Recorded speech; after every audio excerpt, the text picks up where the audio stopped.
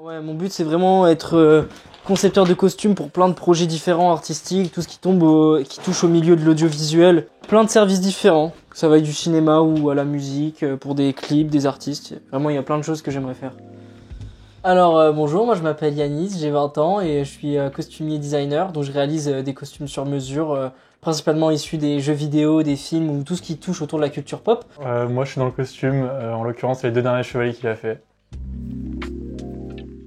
J'ai commencé, j'allais avoir 18 ans mais j'avais encore 17 et j'étais en terminale art appliqué à Jeanne d'Arc et c'est là que j'ai commencé ma toute première création et que j'ai continué à en faire. Sur internet, les chevaliers qui reviennent à la mode, etc. et même depuis que je suis tout petit, j'ai été hyper fasciné par tout ce qui est médiéval, armure, chevalier, ça fait rêver plein d'enfants en général et ça m'a poursuivi. J'avais commencé avec du carton, je connaissais rien du tout, je savais pas ce que c'était de la mousse Eva, vraiment je connaissais rien. Et je me suis dit j'ai envie de me mettre à fond là-dedans, à suivre ma passion. J'ai commencé à les porter dans la rue la nuit, les cosplays FNAF c'était 2022-2023. Et après j'ai fait porter mes costumes d'armure par Mathéo dans la rue parce qu'il a vraiment le gabarit pour et j'avais vraiment que ce soit plus immersif en fait. Moi je suis 1m60, lui il en fait 1m90. Donc voilà, j'avais envie qu'il porte les armures, qu'il soit vaillant dans ces armures-là, c'est pour ça que j'ai fait porter. Alors ensuite, la ceinture ici. Ça va là, t'es bien ou pas?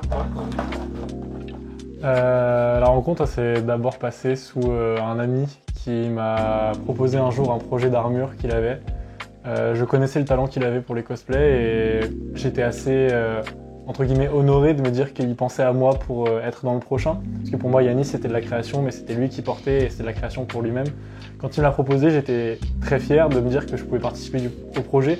Et quand j'ai vu que ça se concrétisait, quand j'ai vu que je commençais vraiment à porter l'armure, que c'était au-delà de la proposition mais qu'il y avait du concret, je commençais à comprendre que c'était un beau projet et que ça pouvait aller plus loin. Et au final aujourd'hui on en a 2 armures. Et ça se passe super bien, il s'améliore et je suis content.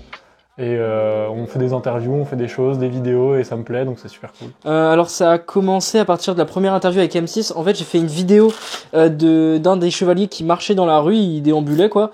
La vidéo elle a fait en quelques jours elle a fait genre 43 millions de vues, ce qui est vraiment énorme.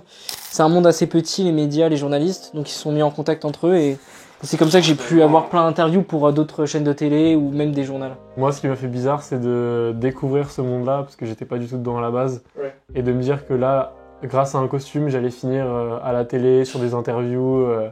Ma famille était fière de moi alors qu'ils voyaient même pas mon visage, mais c'était beau de se dire que j'étais quand même là dedans et que j'étais présent directement là, en face des caméras et de tout le monde. Et moi sur les réseaux je le crédite, hein. J'ai du respect, il est crédité partout. En route, on en arrive sur la partie piétonne, il y a pas mal de monde. En général les gens ils prennent des photos, des vidéos, c'est marrant. Puis tout au bout de la rue là-bas il y a la cathédrale de Rouen. Donc c'est là qu'on va faire un shooting je pense. Bonjour. Vous voulez prendre une photo? Mathéo, tu fais une photo avec eux? Bien sûr. Vas-y. C'est le jeu primé meilleur jeu de l'année 2022. Donc il est assez connu dans le monde et voilà. C'est un des chevaliers du jeu vidéo. Il est un peu muet mais ça marche. Bah, je vous remercie monsieur. Bah, vous aussi monsieur. Au revoir, bon courage. Alors tout ce qui est réseaux sociaux, ça a commencé à percer dès le début, vraiment c'est un truc assez inattendu. J'ai créé mon compte TikTok juste pour montrer mes costumes. Première vidéo elle a trop percé et j'ai continué à faire des vidéos et ça a vraiment tout le temps bien marché. Donc merci à TikTok pour ça parce que pour de vrai ça peut créer des carrières. Donc j'ai fait mes vidéos, beaucoup de FNAF, un peu tout type de vidéos humoristiques, plus ou moins sérieuses. Je partageais surtout la fabrication aussi de mes costumes, ça plaisait à beaucoup de gens. Donc c'est comme ça que j'ai commencé à créer une grosse audience.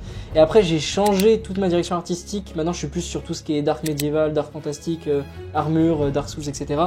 Donc là j'ai commencé à faire mon nouveau projet d'armure qui avait rien à voir et ma communauté n'était pas habituée.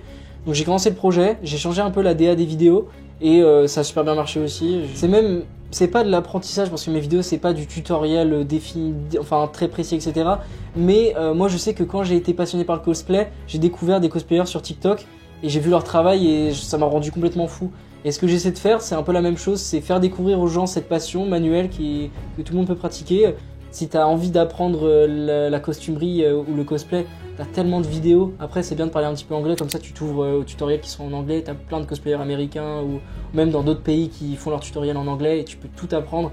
Moi, j'ai appris tout grâce à Internet, j'ai pas fait de stage, j'ai appris avec personne. Juste Internet, YouTube m'a appris. Je remercie Camille Cosplay quand même, qui a fait des super vidéos sur la mousse Eva, etc. Qui fait vraiment du super taf tutoriel, on va dire.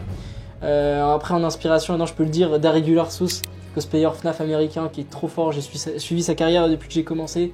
C'est vraiment une grosse source d'inspiration. Maintenant il bosse pour Steel Wool Studio, développeur de FNAF. À l'époque j'avais trop envie d'être comme lui et puis maintenant j'ai trouvé ma direction artistique, on va dire. La vraie finalité en vrai ça va être d'incarner le personnage en vrai, voir un résultat d'un costume avec des mois de préparation derrière, voir le résultat en fait devant soi une fois que c'est fini. En vrai le résultat il est magique à chaque fois. Donc en plus j'ai mon modèle qui travaille pour moi, c'est trop bien quoi. Imagine tu conçois de A à Z une armure, tu conçois une armure de A à Z et ensuite tu la vois devant tes yeux. Vraiment c'est génial. Après je sais qu'il y a plein de gens qui conçoivent pas eux-mêmes leur costume et ça reste une fierté tout de même de porter un costume, etc.